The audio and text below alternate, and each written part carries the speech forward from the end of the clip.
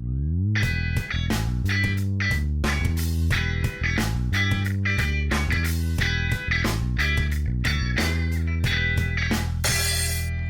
dia. Hoje a proposta da aula é discutir, nós vimos no curso até agora ligante hidráulico, né? Discutimos o cimento e o objetivo agora é discutir outros tipos de ligante, né? Que usamos na construção civil. Então, a diferença fundamental que nós temos entre os ligantes, o hidráulico é o cimento, como a gente já viu, qual é o mecanismo principal dele? A hidratação se dá pela reação com a água. Vai desenvolvendo os compostos hidratados, né? Os compostos hidratados são menos solúveis à água, né? E formam um sólido, né? Poroso. Então, depois do endurecimento, o que acontece? O cimento, os produtos hidratados, né? O CSH, principalmente, se torna menos solúvel à água.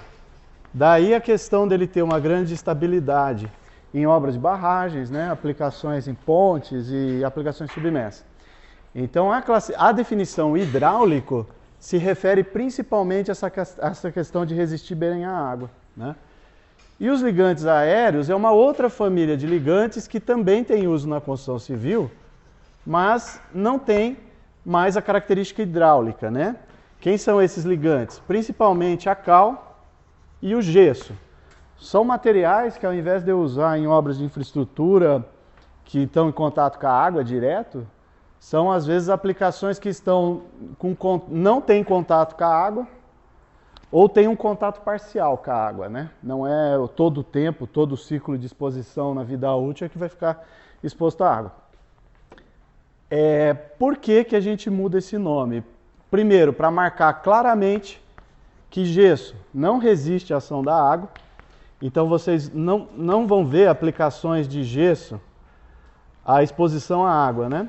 Vocês não vão ver aplicações de revestimentos de gesso em áreas muito úmidas, né? Claro que às vezes a gente vê forros em banheiros em que tem gesso, mas depois de um certo tempo você vai começar a observar a proliferação de fungos, né, manchamentos nas coberturas de gesso, forros de gesso. Mas um revestimento onde tem uma área úmida, molhada, você não vai lavar uma região onde tem exposição de revestimento de gesso, basicamente. Por quê? Porque ele não resiste bem à exposição à água, né?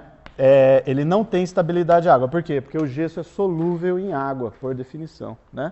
Então ele vai se dissociar na forma de íons e vai começar a lixiviar, né? Ou seja, solubilizar, vai começar a ter esse mecanismo de solubilização, diferente do cimento, né? A cal, por outro lado, nós vemos em aplicações externas de revestimento. Nós usamos cal em revestimentos de argamassa expostos ao ambiente, à chuva, a ciclo de secagem.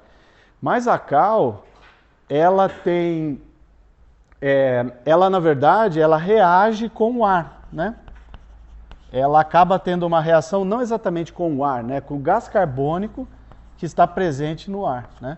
E aí o que acontece? A cal, que era um hidróxido de cálcio, cal hidratada, se combina com o gás carbônico formando carbonato de cálcio, né? Mais água. Esse carbonato de cálcio é menos solúvel à água, né? Então a cal ela pode ser exposta a condições úmidas de molhagem, mas ela não ela tem a característica de reagir com o ar, né? Por isso a palavra aéreo e tal, ou a falta de estabilidade à água. Então basicamente se marca essa diferença para que vocês entendam as questões das aplicações, né? Não vou usar um revestimento de gesso num ambiente essencialmente úmido ou submerso por causa da solubilidade. A cal, se eu deixá-la totalmente submersa, ela não vai desenvolver o contato com o ar, não vai desenvolver esse processo de endurecimento, que torna ela insolúvel à chuva, menos solúvel à chuva, às condições de exposição, né? Então, geralmente, ou não resiste bem à água, ou vai reagir com algum componente presente no ar, né? e tornando a aplicação possível. Então, o objetivo da aula é a gente vai inicialmente nessa aula discutir o gesso. A cal nós vamos discutir na aula de argamassa, né? E aí o importante do gesso, por ser um material peculiar, usado em construção, bastante usado até, a gente precisa entender as características principais dele, em que condições ela vai ter uso na construção e em que condições esse uso pode ser apresentar problemas patológicos ou problemas relacionados à aplicação, né? Então, o gesso. As aplicações fundamentais de gesso são, geralmente, gesso se usa em pasta, né? Pode ter a mistura de areia para fazer uma argamassa de gesso, mas a maior parte dos usos são com gesso em pasta, né?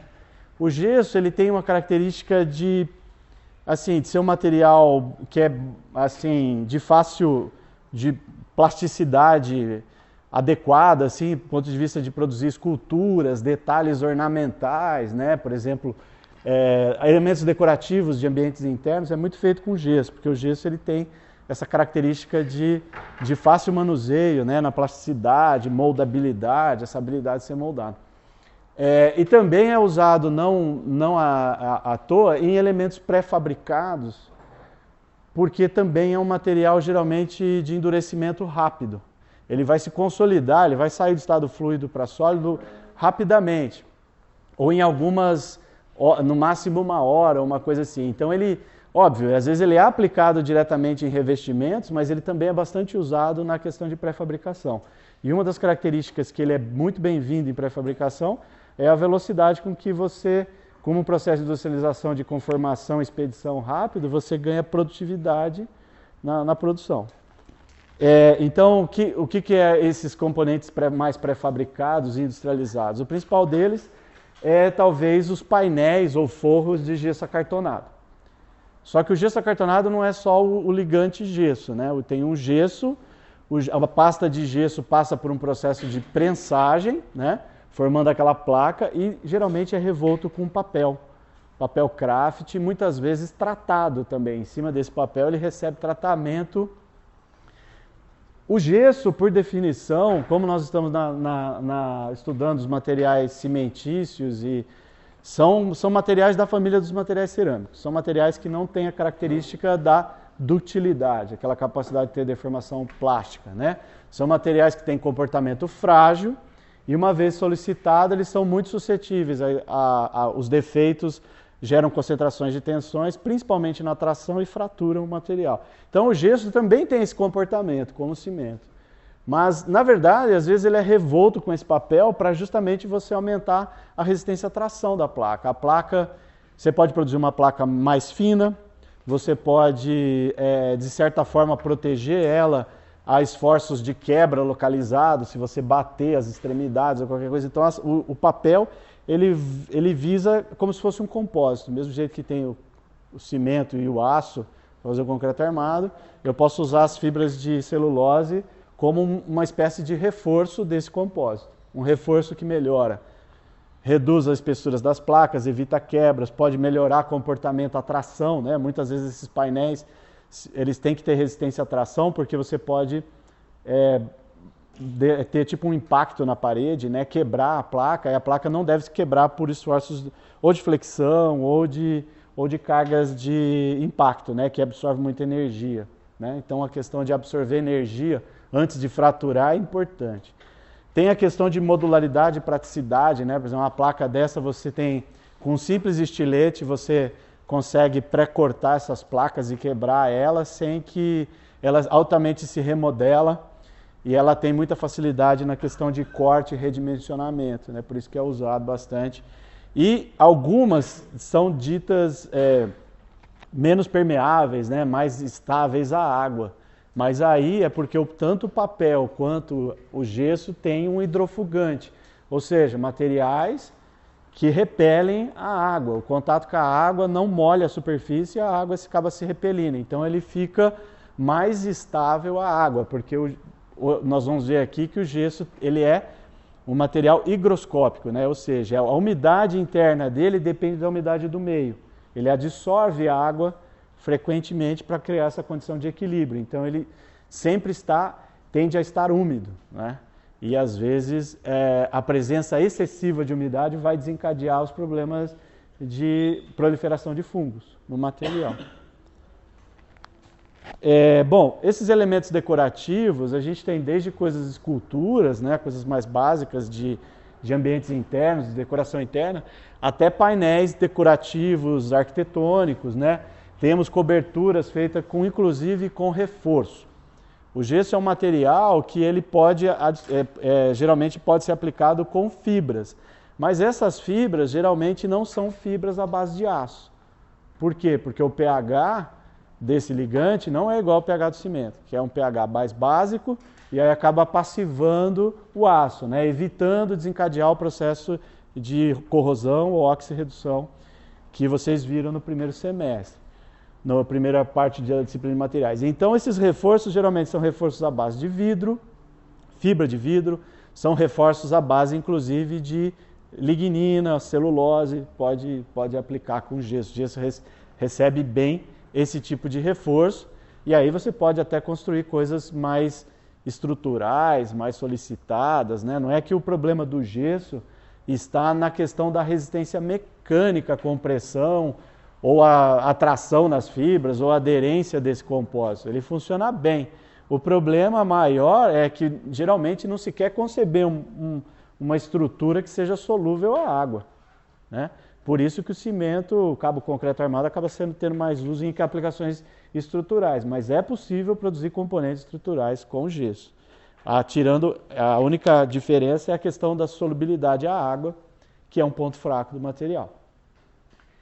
Bom, outra coisa, né, que se usa muito, a questão de rebaixos de tetos, ambientes internos, as questões das sancas, né, que são essas coberturas que visam efeitos decorativos em ambientes, né, esconder iluminação, transformar a iluminação dos ambientes de forma indireta. A gente usa frequentemente gesso para embutir fiações, para embutir iluminação, fazer iluminações com maior detalhe.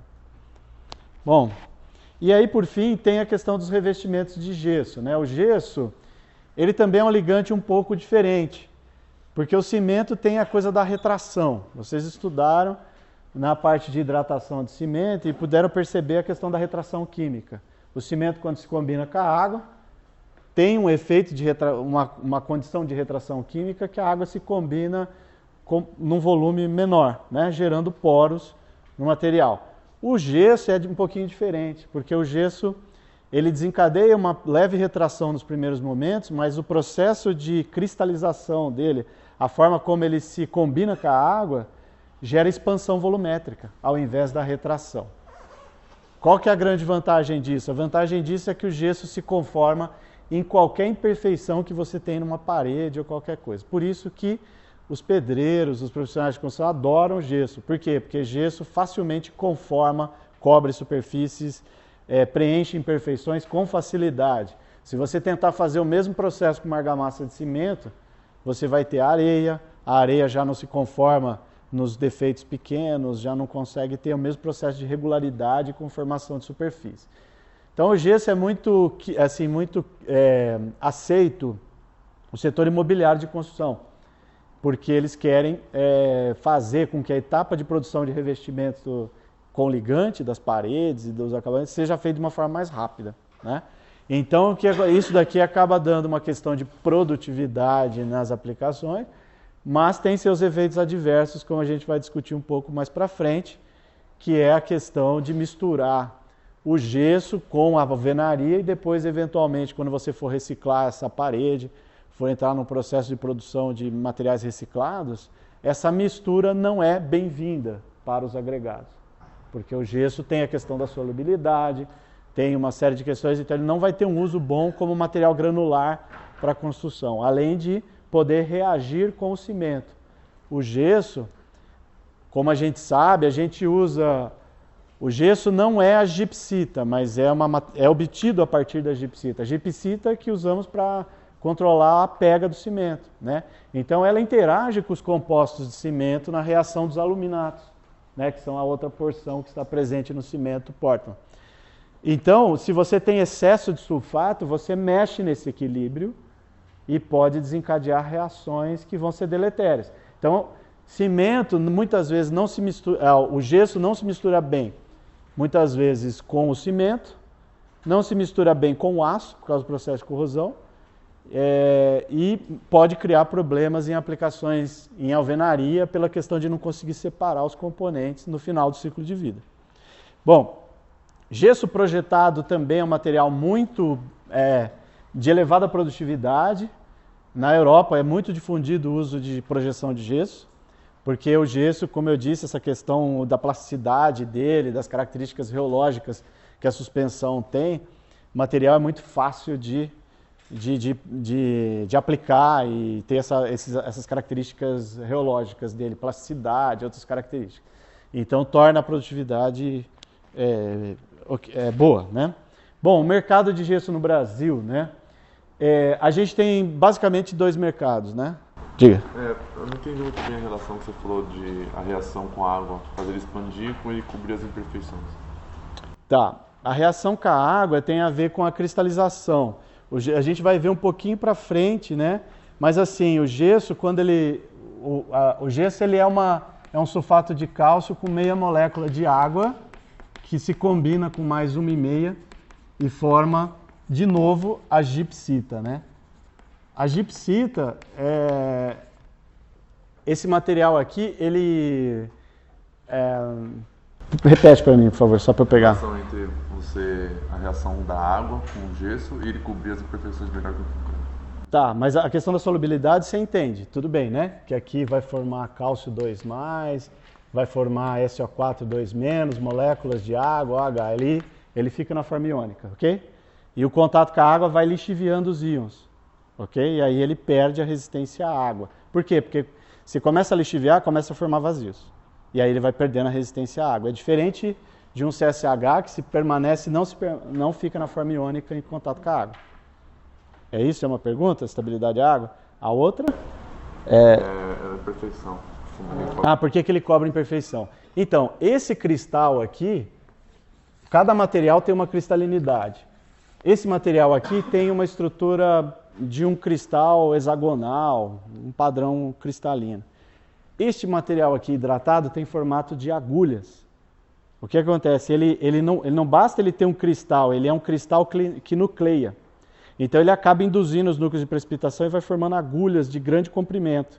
Qualquer material imbricado e de formato assim, lamelar ou alongado, ele tem a facilidade de preencher vazios, mas ele é extremamente poroso. Então, pela questão da cristalinidade dele e a forma como ele reage, ele forma um monte de cristal de agulha que preenche vazios, né? É uma reação que é expansiva. Por quê? Porque você não consegue empacotar os cristais, você não consegue alinhar. Ele é uma coisa desordenada, mas com uma capacidade de preencher bastante vazios. É uma característica da cristalografia do material. Ok? Bom, aí, o que vai acontecer nas aplicações? Nós temos dois tipos, né? Tem a parte pré-fabricada, que e tem assim dois setores, né? Um setor muito organizado, que é o de placas de gesso acartonado, onde predominam empresas multinacionais ou grandes empresas nacionais. É um processo industrializado, muito organizado e que assim entra com o conceito de construção seca. Essencialmente é um dos setores que lidera a construção seca, né? Que é tirar das obras o fato de você preparar argamassa, de você fazer os materiais, mas investir em uma construção pré-fabricada e uma construção que não se usa muitas atividades em canteiro de obra, industrializado. Então as construções de divisórias pré-fabricadas, questão de forros pré-fabricados, né? E se usa muito gesso para as placas de gesso nesse contexto. Então o setor geralmente a gente não tem problema de qualidade das placas, existe certificação setorial. O que é isso? Certificação setorial é quando a própria fábrica, o fabricante, contrata laboratórios de terceira parte que controlam os produtos dele que são colocados no mercado. Então, esses produtos eles têm, às vezes, selo de certificação do Inmetro, qualidade controlada, é uma outra realidade, né? Quer dizer, você está muito mais seguro em comprar esses componentes do que chegar na casa de materiais de construção e comprar um pacote de gesso liso. Por quê? O gesso liso, ou pó de gesso, né, ensacado, às vezes ele pode vir de diferentes fabricantes, né? Alguns de boa qualidade, outros de baixa qualidade. E aí a uniformidade do produto já é mais complicada, né? Porque são pequenos fabricantes, são pessoas que usam gessos comprados de um setor mais desorganizado, de menor nível técnico e o produto com maior variabilidade. Então, geralmente, quando você está numa realidade de obra, e aplicando gesso liso no revestimento de parede, você vai perceber variabilidade da matéria-prima. Por quê? Depende do fornecedor. Então, ali você tem um problema e precisa ter um controle de qualidade, mais atenção com os riscos técnicos, né, que você vai acabar se expondo. Bom, o setor de pré-fabricado é muito comum pequenas empresas comprarem gesso de fabricantes, também pequenos fabricantes, e montar pequenas empresas de fornecimento de peças pré-fabricadas de gesso. Por exemplo, essas empresas que fornecem sancas, placas pré-moldadas de gesso, às vezes são setores menos estruturados, né? Onde pode ter problema de qualidade ou efetivamente de controle, né? Bom, como é que então a gente produz o gesso, né? Como eu estava falando. O gesso é um hemidrato, é um produto desidratado. Eles têm uma fração de moléculas de água. Aqui eu tenho a gipsita, né? Que é a matéria-prima efetiva do gesso, né? Então, a matéria-prima do gesso, na verdade, é o gipso, né? Gipso é o minério, né? Gipso o que é? É uma mistura de minerais. Mas, essencialmente, se você pegar um gipso com elevada pureza, ele vai ter alta concentração de gipsita, que seria o mineral de interesse, né? Que nós queremos produzir o gesso, né? Então, veja, a gipsita ela é extraída, né, com 2 moléculas de água, porque na natureza a tendência deste mineral é se encontrar na forma estável hidratado, ok?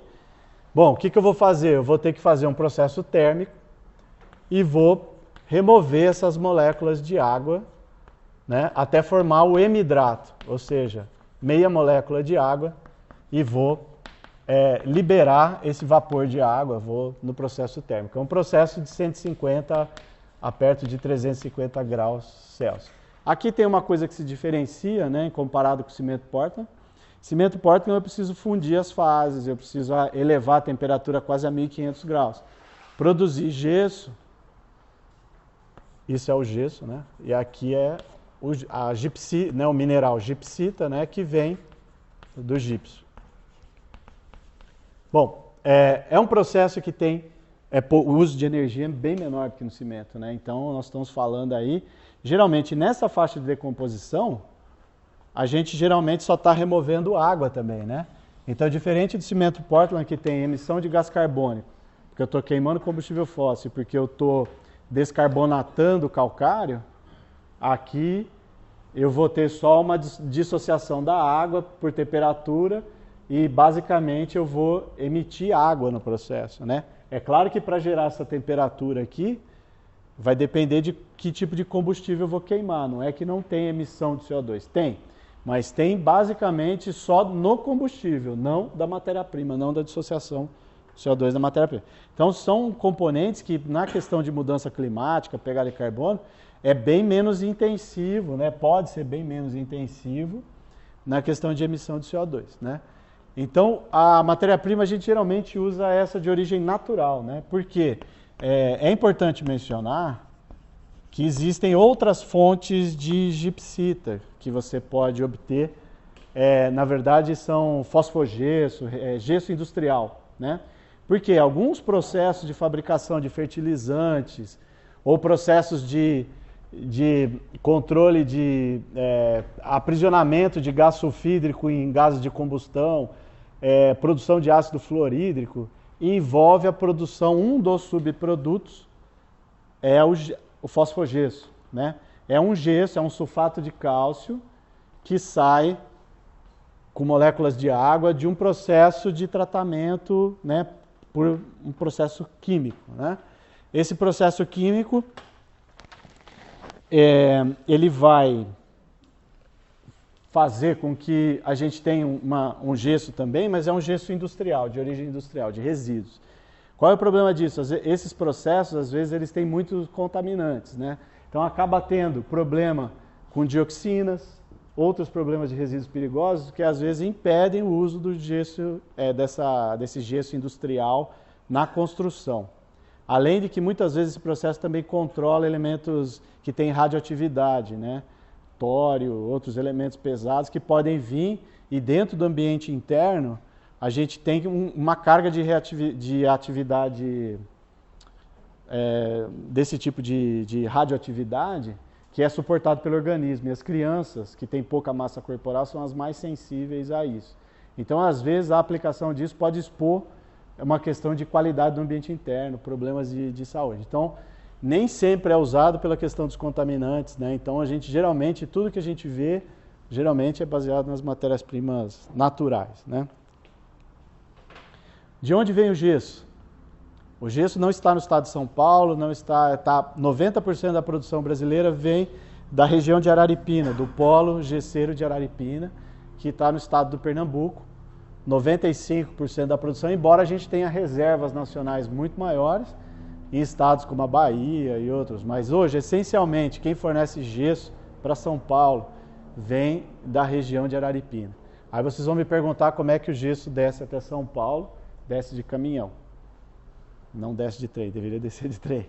Então a questão logística é um gargalo significativo aí nessa parte de produção, até porque aqui também no transporte a gente tem emissão de gás carbônico por queima de combustível, outros problemas, né? Então, além de ser um meio de transporte não muito eficiente, né? Ecoeficiente. Bom, aí a rocha natural aí da produção, o gipso, né? Onde a gente tira a produção do gesso. Bom, essa reação de decomposição, como eu disse, né? A gente extrai a matéria-prima, brita, armazena, né? Calcina, moe, né? Moe, calcina, e aí tem a questão de armazenamento, né? Esse processo de controle da queima é fundamental para controlar a quantidade de água que vai ficar no gesso, né? Gesso não pode ser supercalcinado, né? Supercalcinado é calcinar acima de 200 graus. Quando eu começo a entrar na faixa de 200 a 300 graus, o que vai acontecer? Muitas vezes eu vou decompor o sulfato de cálcio e vou tirar todas as moléculas de água, né? Se eu chegar numa condição de supercalcinação, eu vou produzir uma coisa que chama anidrita, ou seja, um sulfato de cálcio que pode chegar a ser até muito pouco solúvel, né? Tudo que você supercalcina depois pode prejudicar as características de solubilidade, de se combinar com a água, de dissociar. Então, aqui tem que tomar cuidado por causa da questão dele se tornar insolúvel, né? E também, muitas vezes, eu posso remover mais moléculas de água. Por exemplo, esse N de água, de moléculas de água, pode ser variável. Pode chegar em situações de ser de 0,1 a 0,5. Aí, o que eu estou produzindo? Eu estou produzindo uma outra anidrita. Mas é uma anidrita que tem excessiva solubilidade, porque ela é muito mais reativa à água do que essa. E aí o que vai acontecer? A velocidade de dissolução na água e precipitação vai mudar. E aí vai transformar as características do gesso em propriedades muito difíceis de controlar na aplicação. Então, o que é muito comum em obra é a aplicação do gesso liso ter muito desperdício. Porque ao misturar, às vezes se pega um gesso que foi muito calcinado, né? Não a 300 graus, mas aqui 250, numa situação mais limite, e o gesso vai ficar como um gesso de pega rápida, né? Então, olha, a molécula de água combinada no gesso é extremamente importante para definir a pega, né? O tempo de pega. Frações de água acumulada ou pouca, mas não supercalcinada, né? Quer dizer, aqui é até 300 que eu falei, né? Aqui é até mais. A anidrita insolúvel é calcinada acima de 400 graus. Aí ela se torna realmente insolúvel. Nessa faixa aqui, ela vai se tornar instável, né? E aí vai ter esse gesso de pega rápida. Se você tem um processo descontrolado, como eu falei, a produção fragmentada, familiar, pequenas empresas, pouco controle de qualidade, inclusive com fornos impróprios e com pouco controle, a gente vai acabar tendo no mercado gessos que são muito difíceis de controlar o tempo de endurecimento. Esses fornos, esse desenvolvimento tecnológico, os tipos de fornos, vai depender muito da estrutura da empresa. Então, você pode comprar gesso produzido por pequenos fabricantes que têm fornos que se mistura o gesso com o próprio combustível, né? Gesso de panela, marmita, o que é isso? É misturar o combustível com o material e queimar isso junto, como se fosse uma espécie de cozimento. O que acontece? O controle desse material é muito difícil. Misturado às vezes com madeira, né? Madeira da caatinga, madeira extraída dessas regiões. A madeira tem umidades diferentes. A dificuldade de controle da umidade da madeira do combustível vai certamente implicar em condições de calcinação fora de controle. E aí o gesso vai apresentar desde situações onde eu nem desidratei o gesso, a situações que eu posso ter supercalcinado o gesso, porque o forno não permite esse controle efetivo da temperatura, né? Muito descontrolado. Já fornos rotativos, onde os combustíveis são de outra família, são óleos, são gases, e os gases são distribuídos dentro do forno rotativo, além de maior produtividade, eu tenho a questão de uniformidade de queima. Nesse caso, eu consigo eliminar o problema de calcinação heterogênea do gesso, né? Eliminar esses problemas aí de calcinação heterogênea. Bom, a questão de que o gesso não emite gás carbônico, né, ou muito pouco, no seu processo de fabricação, depende muito do tipo de combustível que eu vou queimar aqui. Então, o que acontece? A madeira nativa, muitas vezes esses pequenos fabricantes extraem madeira que é nativa. E aí vem aquele problema que é que nem desmatar a floresta. Desmatar a floresta é um estoque de carbono, as árvores são estoques de carbono que foram produzidas pela natureza. E esse CO2 está fixado lá. Se você pegar por extração predatória, extrair a lenha e queimar, o que você está fazendo? Você está só emitindo CO2, né? Então isso daí como esses combustíveis eles são muito ineficientes, né, no processo de queima, por causa da umidade, por causa da questão principalmente por causa da umidade, o que vai acontecer? Você vai ter que usar muito combustível para fazer a calcinação. Então essa decomposição, para cada 1 tonelada de carbono, a gente gera 3,6 vezes mais de massa, né? Ou seja, o CO2, quando eu faço a reação da combustão, na verdade eu estou aumentando significativamente para cada uma parte de carbono que eu queimo, eu gero 3, né, em volume, em massa, né? E a questão do gás carbônico. Então a emissão aumenta demais, né? Que é o problema da madeira, como a gente discutiu lá no primeiro semestre, né? Já os óleos combustíveis, né, que são aí de repente aproveitamento de resíduo ou que vem de outras fontes, né? Ou gás natural, enfim, gás natural não, outros tipos de gases, né? Eu vou conseguir baixar significativamente a emissão de CO2. E aí atenção para essa questão de queimar os combustíveis, a madeira nativa, é porque a pegada de carbono pode ser tão elevada quanto a do próprio cimento. Porque no balanço de gás carbônico você está queimando muita lenha, né, e muita madeira nativa dentro do forno. Então o ideal para a gente é que a gente procure evitar o uso de gesso que vem de desmatamento, né, nessas regiões, né? Procurar selecionar gesso que vem de processos produzidos não com madeira nativa, né? Aí é um exemplo, né, de lenha da caatinga extraída para queima de gesso. E aí procurar trabalhar com esses processos de controle efetivo de temperatura, né? Outra coisa que pode acontecer no aspecto socioambiental é a questão de trabalho escravo. Tem que tomar cuidado porque às vezes o próprio fornecedor ou a empresa que você compra gesso pode estar fomentando o trabalho escravo.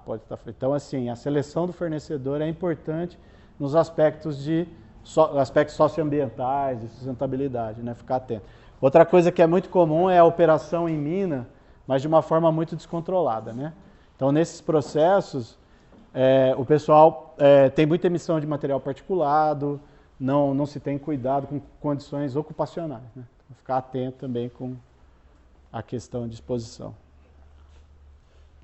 Bom, Então vamos falar aqui, o gesso então são produzidos gessos ensacados, né, geralmente, às vezes até alguns grandes fabricantes de gesso acartonado fornecem também gesso liso para emendar as placas, dar acabamento, né.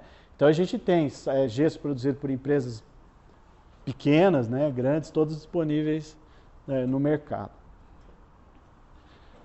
Bom, vamos discutir então que tipo de ensaio e controle eu preciso. Sabendo que ele é um ligante, eu gostaria que vocês se manifestassem que tipo de ensaio é importante para controlar o ligante, né? Ou a aplicação desse ligante, como eu falei. Quais propriedades, que tipo de ensaios eu preciso fazer no gesso, né? Ensaios de controle do gesso. Se ele é um ligante, que tipo de característica ou parâmetro eu vou controlar nesse material? A gente discutiu aí.